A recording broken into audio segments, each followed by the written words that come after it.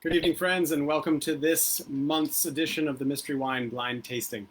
I am Neal, your host, and we have this little number to enjoy this evening.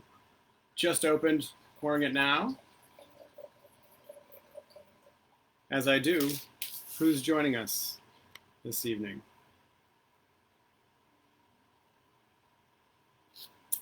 Looks to be red, of course. I'm sorry, I'm on a different computer here, and it's taking a moment to set up. I hope everybody's reading that.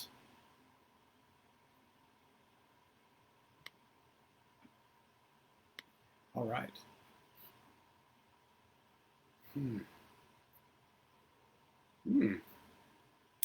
Right off the bat, there's an initial impression. What do we do with initial impressions on tasting? You flag them. You keep them in the back of your mind. Write yourself a note if you need to, just to make sure that you have a clear sense of it. But I'll tell you a little bit more about that initial impression as we get into this a bit more. But first, let's say hello to the Swanbergs and the Coonses. Hello, guys. How are you? Welcome to Thursday night. Wouldn't be a great tasting without the Sanders. Hello, guys. Welcome. Trish and Kathy are here. Thank you very much for joining us. That's tremendous.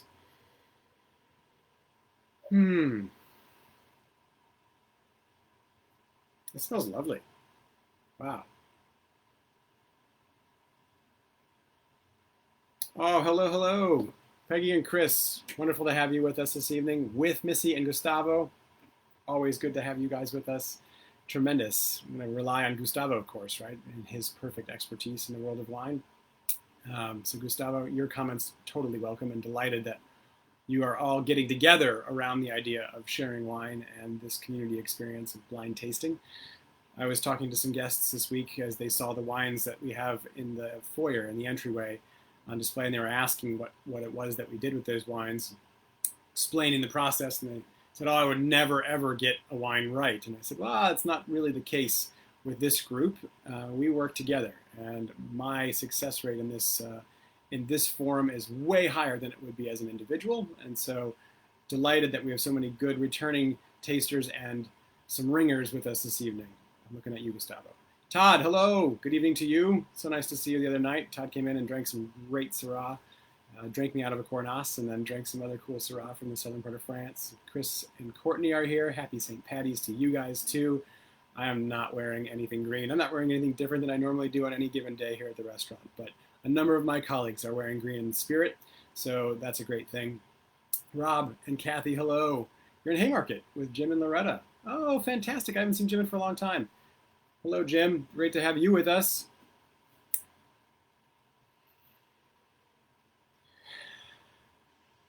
Oh, my goodness, Teresa. Hello. How are you? Hi.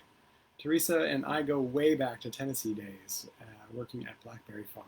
So Teresa, one of the first people I met in Tennessee when I moved there, and one of the kindest, nicest people you ever want to meet.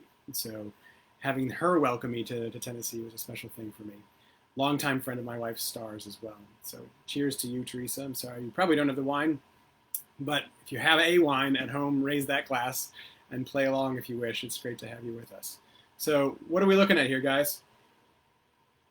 Guys and gals?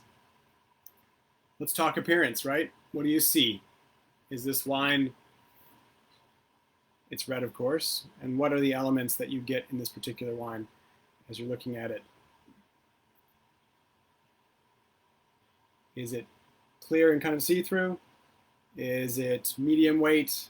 Is it something that has a greater, deeper intensity to it? What color are you seeing? Is it purplish in color? Is it ruby in color or reddish in color? Is it sort of tawny in color? Does it have a brownish element to the red character? And just smelling this, Chris, yeah, I'm saying I think you're going to have a hard time drinking this wine with corned beef. It's going to be a terrible experience. Not at all true. No, I think that'd be pretty nice. There is an element right off the nose, and we're jumping ahead, that reminds me a little bit of an older wine. This wine might have a little bit of age, and it smells Bordeaux-like. I don't know if that's the case, but as you look at the wine, do you see a little browning around the rim? So at this rim level variation, that's where you start to see maybe a color variation. And as the variation exists at the rim and works its way into the core of the wine, is it the same? Is it not? And I'm seeing a little bit of a kind of a brownish tinge, no? I think it's ruby in color in the center, but there's a tiny faint browning. I wouldn't say it's brown. It's not that. But it looks like it might have a little bit of age, right? And the initial smell, just even upon pouring it, not even before I had my nose in the glass, showcased some more evolved flavor profiles. Awesome. Chris, you're saying from experience this was good with corned beef and red truck Guinness cake. It's tremendous. It's going to make me hungry. So we've got a little potential rim variation with the potential showcasing of some age. And so when I say rim variation, right, the change from the tiny outside rim to the core, and it looks a little bit of brown in its element. And so as the brown's a touch, you're seeing a wine that might have undergone a bit of aging.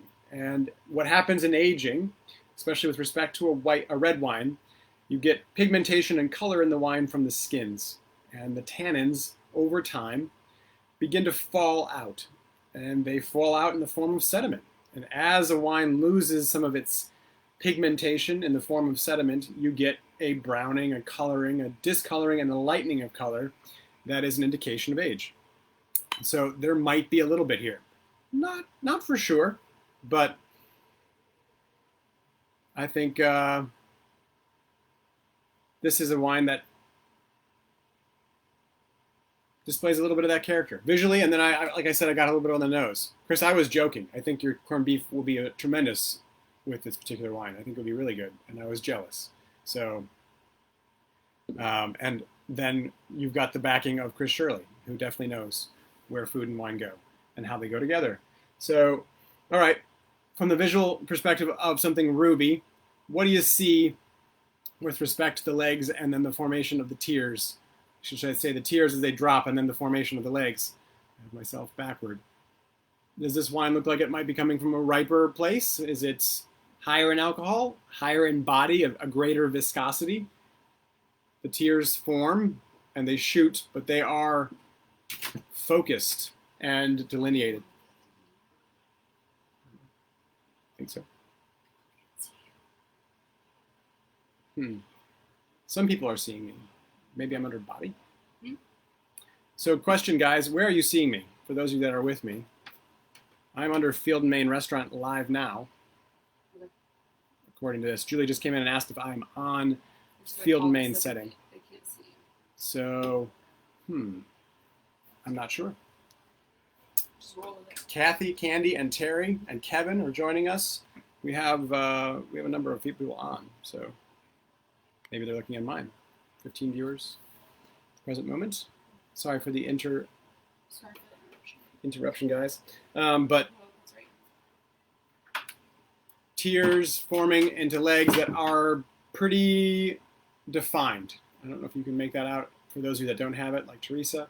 This is a wine you can see with pretty delineated legs that linger after the tears form them. And so this is a lovely wine that is showcasing potentially a little bit of ripeness, a little bit of alcohol. It's not a light-bodied wine. It isn't a wine that you can totally see through, right? So right off the bat, initial impressions and conclusions, because of the nose that's already out of the glass before I jumped in. Thank you all for letting us know that we're on Field and Main. Maybe someone just called and asked if we were there. They couldn't find us, and so maybe they were looking in the wrong spot. And Kristen, I apologize for the pauses in the signal. I'm in the office, and maybe I'm not getting the same strength. Technology. This has a showcase, I should say, of something that's sort of medium weight plus, and with that rubyish character and the aromas that are coming off of it, Bordeaux-style varietals, so Cabernet Merlot, Petit Verdot, Cabernet Franc, Malbec, Tannat, things of that sort are in the running here, and not something so much as a Gamay or Pinot Noir wouldn't be my first choice, but especially with the potential for aging, if you're going to lose a little bit of color and it's at this stage, I would expect it to have been darker and deeper and richer in its youth. And that's a sense that I have. It's by no means something proven. We have to taste this wine and go through the full process. But like I said, initial impressions are ones to be worked with. They aren't to laser beam tractor you into kind of a funnel channeling you toward one and only kind of idea. But I think there's a chance that those initial impressions help you, especially as we've been tasting for a long time. You've got to go with some of those gut experiences and gut impressions. All right, let's smell the wine. What are you getting? Fruit, earth, and wood. A few things we're looking for. Fruit, earth, wood.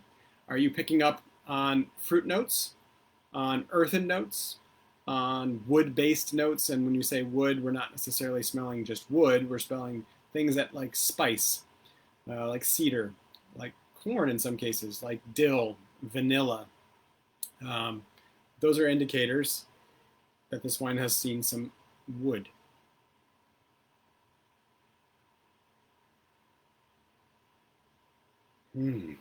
So,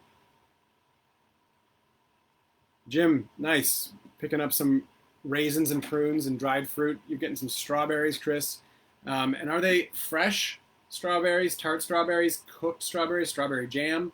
Where are you getting that? Because we've got Jim picking up on some more advanced fruit flavors, the dried characteristic of fruit flavors in the way of raisins and prunes. There are some for sure wood notes here, Chris. I agree. What are you picking up? Candy's got an example of some woody notes in terms of some smoke and a little bit of jammy plum. Yeah. Cherry and cedar coming from Dean. I agree, Dean. Yep, for sure. There's elements of that. So we've got a range of fruit: strawberry, cherry, raisin, prune, plum and prune, a little bit of spice, some smoky notes, some cedar. So we're in this world where there's this quality of a spectrum of fruit and for sure some oak aging. Stewed strawberries, so some of it's sweeter. It's a little riper and warmer. And when you're asking the question, or when I ask that question, what's the character of the fruit? That might be an indication of place. It might be an indication of a spot that provides you with a little more warmth. So if you're in a cooler climate, the fruit may express itself in a more tart fashion. If you're in a warmer climate, it generally will present either fresh or a confectionery relationship to the fruit. So stewed, something that has a dried element like raisins or prunes. So a riper climate. And I think I may have missed, but someone mentioned something pepper, right? There's a definite peppery note here for me too. And that peppery note's sort of green peppery. It's not super pyrazine, but it's more like the wonderful smell of olive oil, garlic, and green peppers, bell peppers, that you cook down to top a sausage sandwich, you know, a classic Italian sandwich that has that soft wilted pepper that's both vegetal and also kind of sweet. It has that kind of element on the nose. Robert, good pick on the nutmeg and baking spice. That's also an indication. One of those types of spices are an indication of oak, and in particular kind of French oak. And so a Bordeaux style blend. And blend, I'm not 100% sure there, but because we're talking about a spectrum of fruit, we could be talking about a blend of varietals, some that ripen earlier than others, that present then a dried characteristic, some that would be then more like that strawberry note. We could also be talking about a single varietal wine that has multiple picks, or perhaps has a vineyard that has a certain aspect. And I'd make that visual because perhaps it has a little bit that is south-facing, southeastern-facing, a little bit that's western-facing, and each comes into its own ripeness at differing points. And if you're picking in a relative similar time frame, some will be more underripe, some will be more overripe, and they'll blend to create a complexity. And that complexity is either derived perhaps from a variety of different varietals, or perhaps from different points in a vineyard with a single varietal, or points from a different vineyard with different varietals. So it's not something we know for sure. Kristen, if you're tasting it already, you're getting a little warmth on it, and that warmth could come from alcohol. Could come from some spice too, but it's going to be more likely if you get a burn in the back of your throat, it's going to be something that is more about alcohol. We're seeing an indication of potential for alcohol as those tears dropped and formed in the legs. So let's taste it. Dean, yeah, the green pepper element I think is a definite tell for something in the Cabernet family. Cabernet Franc, Cabernet. You can get some from Merlot, but it's more about the Cabernet family, I think. So perhaps an element of that. Let's taste it.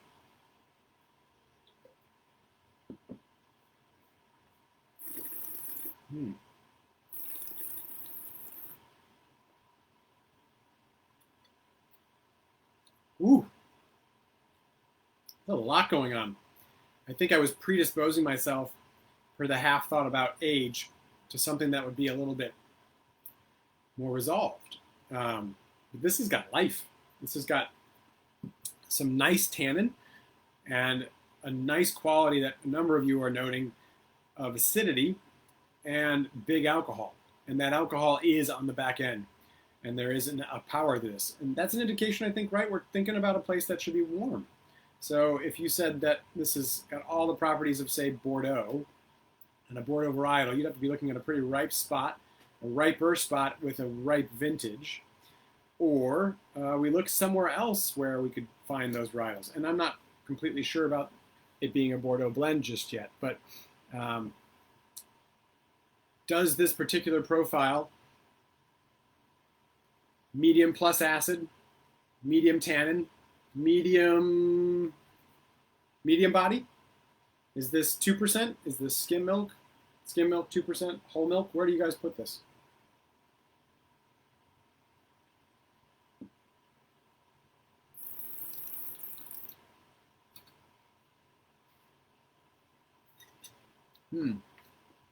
This is ripe. This is bigger. I wouldn't say huge, but it's bigger.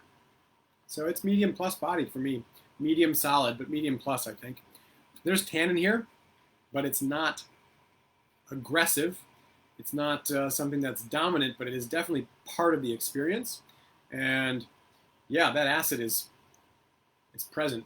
I think it's being magnified a little bit by the tannin too, which we've seen before. Kristen, you're saying 1% milk. So it's in between skim and 2, sure. Medium plus then for some of the others like Sheila.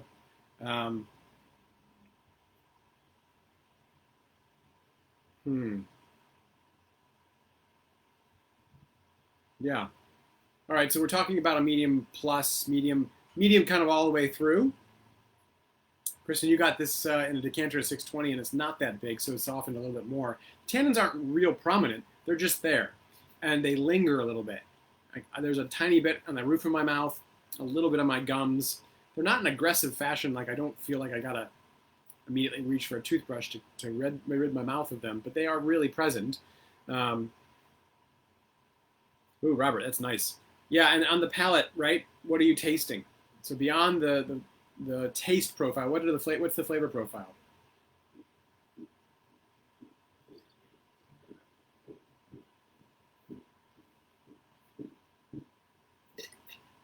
Bacon and forest floor.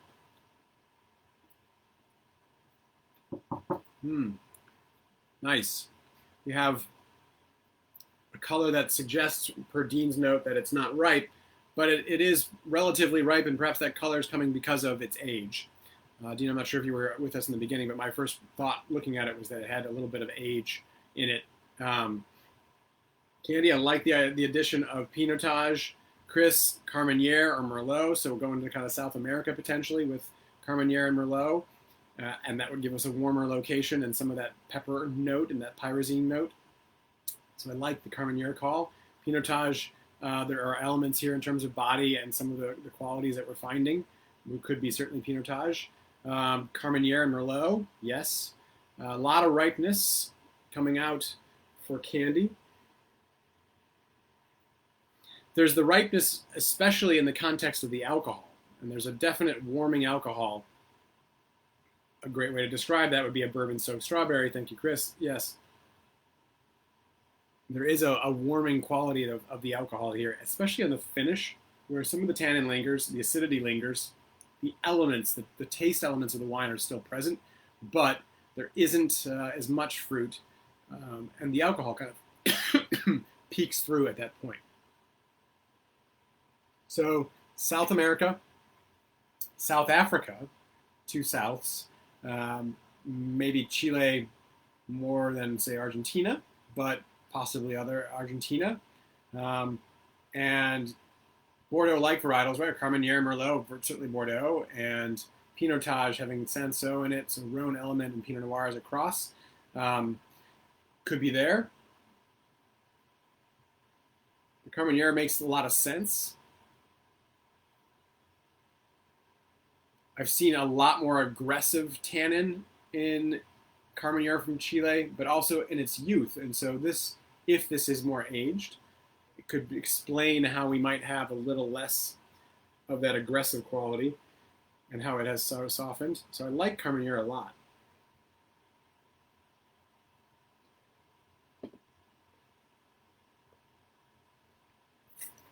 One other thought I had as we were talking about Bordeaux blend, thinking about it, and it rose to the surface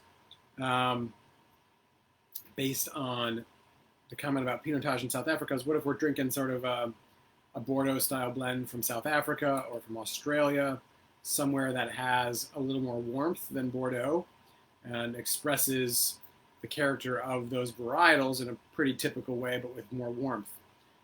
Maybe California. So a warmer climate pronunciation of a Bordeaux sequence of varietals.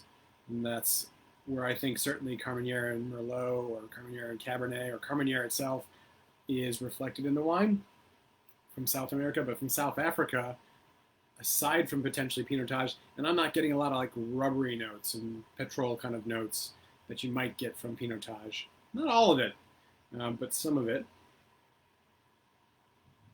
This smells more like sweet Bordeaux to me, is one way to describe this. But coriander and black pepper, licorice are other notes that are coming out. This wine is pretty expressive. And at this point, being 20 plus minutes in, the wine changes. Teresa, sorry to see you go, but thank you for joining us. You're welcome here anytime, of course. We are here every Thursday, I should say the third Thursday of every month. So if you're interested in joining us on the future tasting, we'd love to have you. Cheers to you. Great to see you, or great to have you here. Thanks. Ooh, boy. Poured that second taste, and man, it is already evolving quite a bit. I got a lot more manure elements, barnyardy elements, saddle leather, and candy. Yeah, I'm with you too. I like a lot of the elements that are here for France, or at least for a French model of production by way of a varietal or blend, but I'm not in France. There's a ripeness here. Like this would be, I don't know, there'd be more structure in like 2015. If this was older than that, I don't know that would be in Bordeaux. So maybe this has got a little bit of age. Candy, thank you. Terry, rather, thank you. Portugal.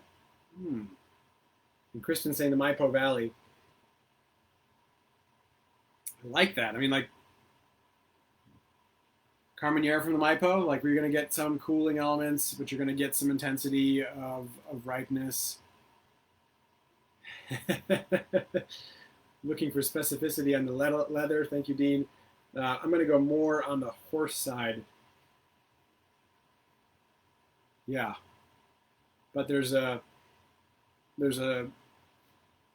leather that's been hewn by riding. Also there, it's kind of just a worn leather quality. And I'm going to agree, Chris. I think Kristen, we're kind of all Candy. We're all kind of headed toward the New World. Terry, Portugal though would give us this ripeness, right? And the flavor profile has elements of it. I'm trying to think right now of where and if ever have I experienced sort of the green bell pepper element in Portugal, and I don't think I have. I could be missing that. Todd, you had mentioned earlier, and I glossed over, I missed it rather, the Italy option, and Southern Italy, which would be a narrow d'Avola, for example, or Primitivo. I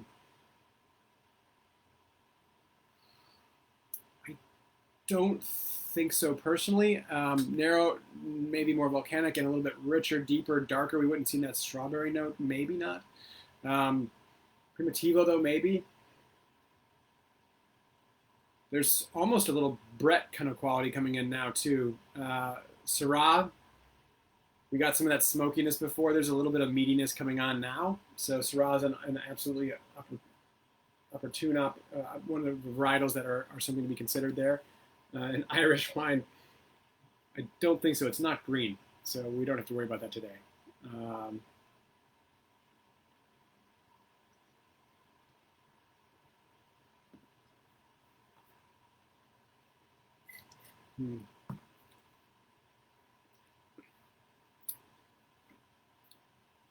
Candy, you're picking up green or black pepper, excuse me, not green pepper.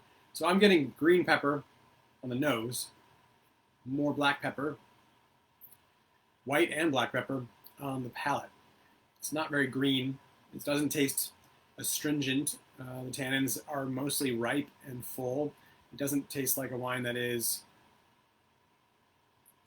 fully green. And I think you'd get more of that from Carbonniere. And that's where my mind's going right now. So if this is Chilean Carbonniere, for example, there are elements of that on the nose. It would be a riper expression of it than I'm typically used to. There isn't that sort of aggressive green tannin kind of quality that some Carbonniere and Carbonniere that we've tried in this form before has presented. And so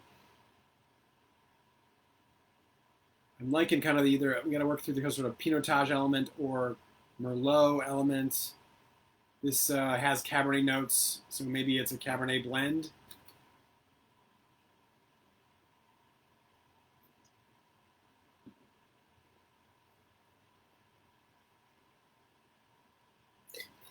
The fruit on the palate is darker. No? Are you guys finding the same? There's not that red fruit note. Maybe a fresh black cherry, but I'm not getting something that's super strong in the way of red fruit. So it's more on the dark side of the fruit spectrum, which going with that plum note, some of that prune raisin note. So I like the idea of Merlot. That bell pepper note, I think, might be coming more from Cab. So a blend, and Dean's noting that perhaps we're talking about a Cabernet Carmenere blend. Todd, it's worthy of throwing in the idea of alcohol and high alcohol and Syrah meeting each other. Syrah doesn't give off that pyrazine note though, so I think I can work my way away from Syrah. It has other notes here that are Syrah-like, so it's worthy of consideration, but I would take it out of it because of that green note for me.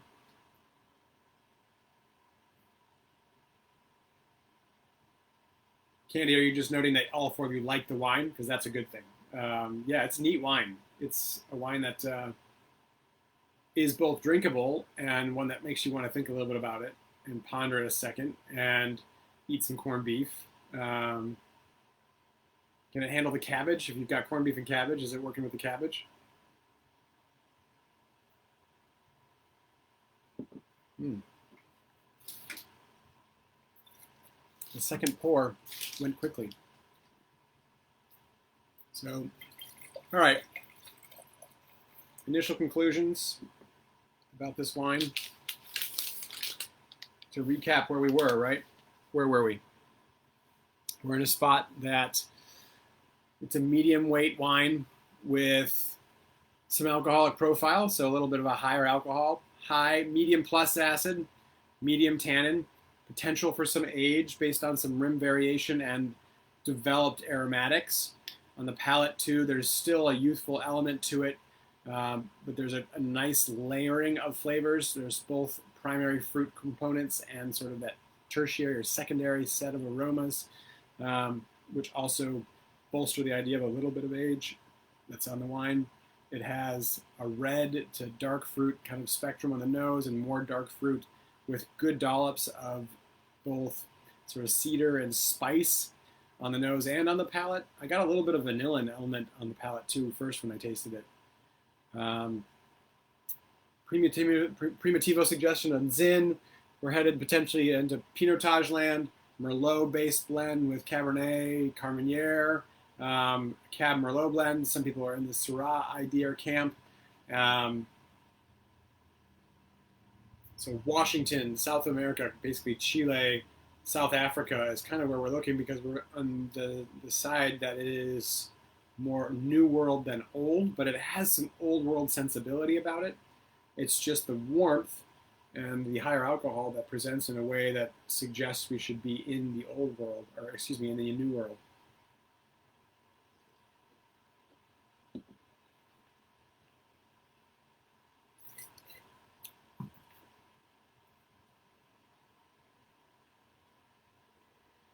Some of that pyrazine note has kind of blown off, per Todd's note. Candy, don't feel alone. Struggling with the varietal and location. Here, here. Cheers. I think I'm getting a little closer. So initially, thanks to your suggestions, I like Carmenere a lot. But I'm not sure I'm comfortable with just Carmenere here. So a Cabernet Carmenere blend, I kind of like that idea. It gives you the ripeness. It gives you some of that green element. It gives you some tannin. But I think we should put some Merlot in there for that plum quality that we talked about, and that's really prominent, I think, on the palate at this point. Gustavo is pushing back on the New World comment with an Old World Mediterranean kind of idea. Like, are you thinking, Gustavo, sort of more like southern France, Mediterranean? We had a comment too, I think just a second ago, about, yeah, Kevin was saying Old World out of France, so maybe further south. So that's a great call, right? Maybe we're in the Languedoc, somewhere further south with more ripeness, dealing with something Cabernet and a blend of something else, perhaps Merlot and Cabernet, right? That complicates things thoroughly. So ripe vintage, further south, a little bit of age on it. I don't think you would feel bad about that. Like southern France, Languedoc, red, Cabernet and Merlot type blend. I don't think it has any Grenache in it per se, but Chris Shirley is sticking with Carmenere and Merlot out of Chile, and I like that guess. Southern France. And we could get some of these elements in like Stellenbosch or something like that in South Africa, having Bordeaux varietals planted there and the ripeness.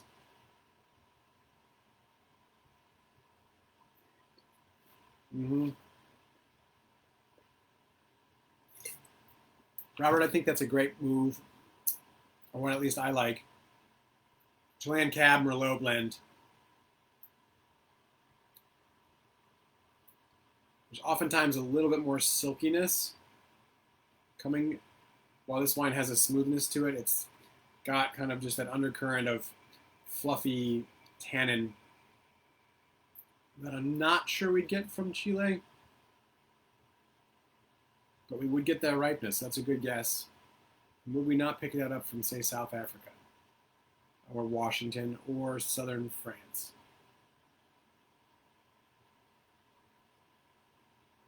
Chris, if I'm not in like the Carmenere camp, I was going Cabernet because of a little bit of that kind of bell pepper element that I picked up as a way to contribute those notes to the wine.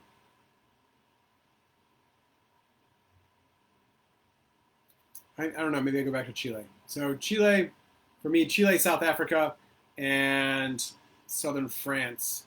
Less about Washington. I think we'd have a little bit more amplitude around some of that tannin and the profile. But how to make this decision? I think you just got to pick, right? So what's your gut telling you? Some people say Chilean Cab, heavy in Merlot, Carmenere Merlot blend from Chile, Washington Syrah perhaps, Washington Bordeaux blend, Merlot based, Pinotage South Africa, but I think there's also opportunity for sort of a Bordeaux blend in South Africa. And Johnny, thank you for that. Carmenere blend, MyPo 2014. I like that call vintage-wise, right? So this is in your call there, your estimation, we're looking at 8 years of age. So I think 2 to 5, 2 to 4 years being young, 5 to 8 plus, so 4 to 6 is being kind of moderate. Let's just say 6 plus. I think this is in the 6 plus. I think this has got a little bit of aging to it.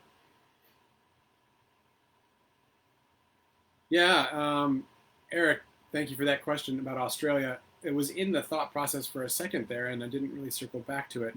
But Australia,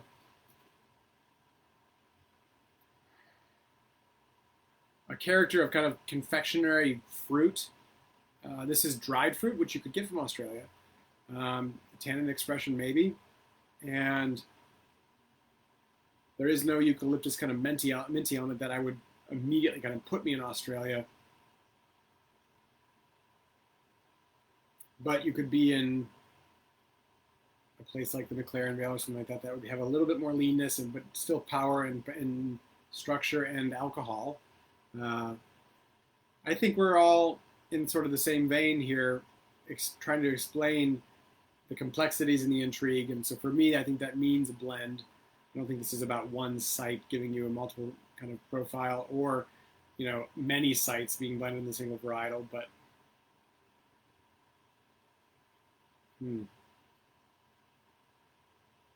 Just kind of that stewed tomato thing coming through now.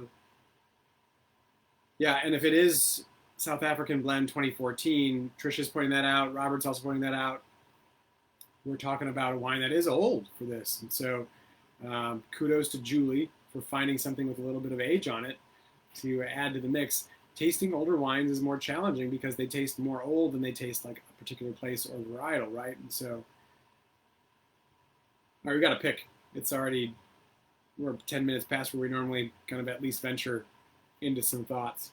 So let's say,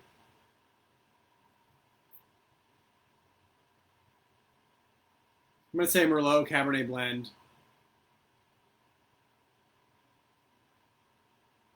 The 8 years of age, now the 14. I mean, I'm not going to buck the group. I mean, there's multiple people saying 14. I'll go with 14. And this is just a back and forth guess between sort of Chile and something like South Africa.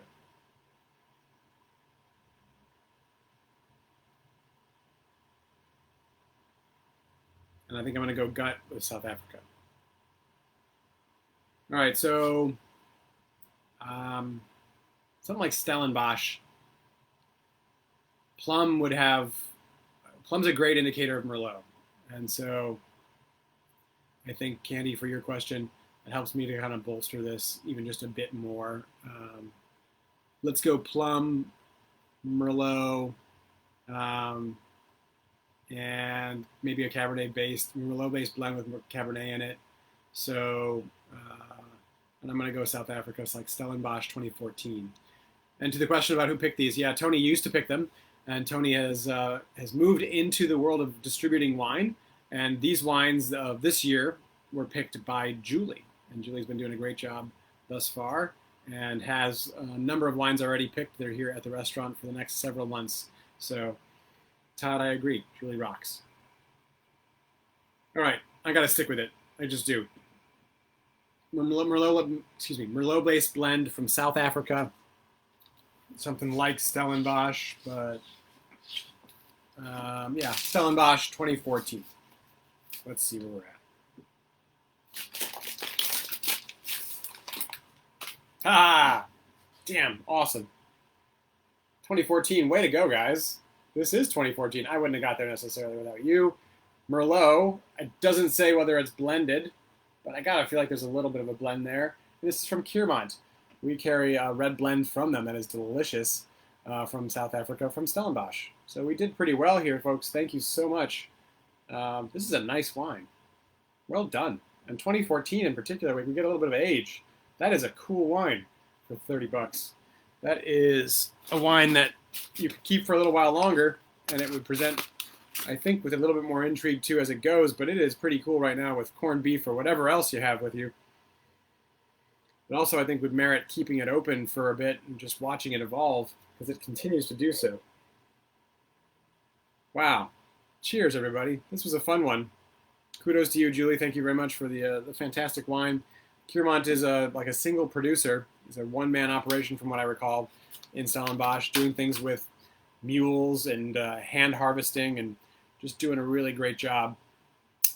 This wine, I first tasted his wines with the Casella group at Mondovino, and Andrea Molyneux, who she and her husband make Molyneux wines, tremendous wines from South Africa, pointed Fran in the direction of Kiermont, and he's been carrying their wines ever since.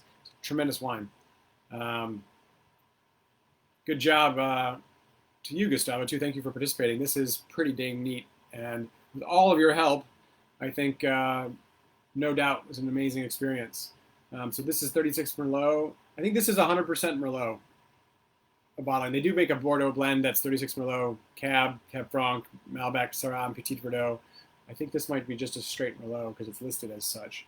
And I know they do make a red blend that is spectacular indeed.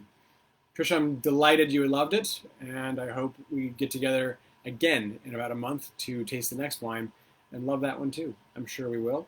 Until then, we have, I believe, sold out for, or if not, have a few spaces left for the spring wine buying event, which is coming up on April 2nd. A series of wines. In fact, we'll be pouring a Chenin Blanc from Kloof Street, which is a second label made by Andrea Molyneux, who I just referenced, from South Africa. So some serious fun kind of spring, summer wines that we'll be pouring. And otherwise, we'll see you here at the restaurant or online in about 4 weeks. Cheers, everybody. Thanks so much.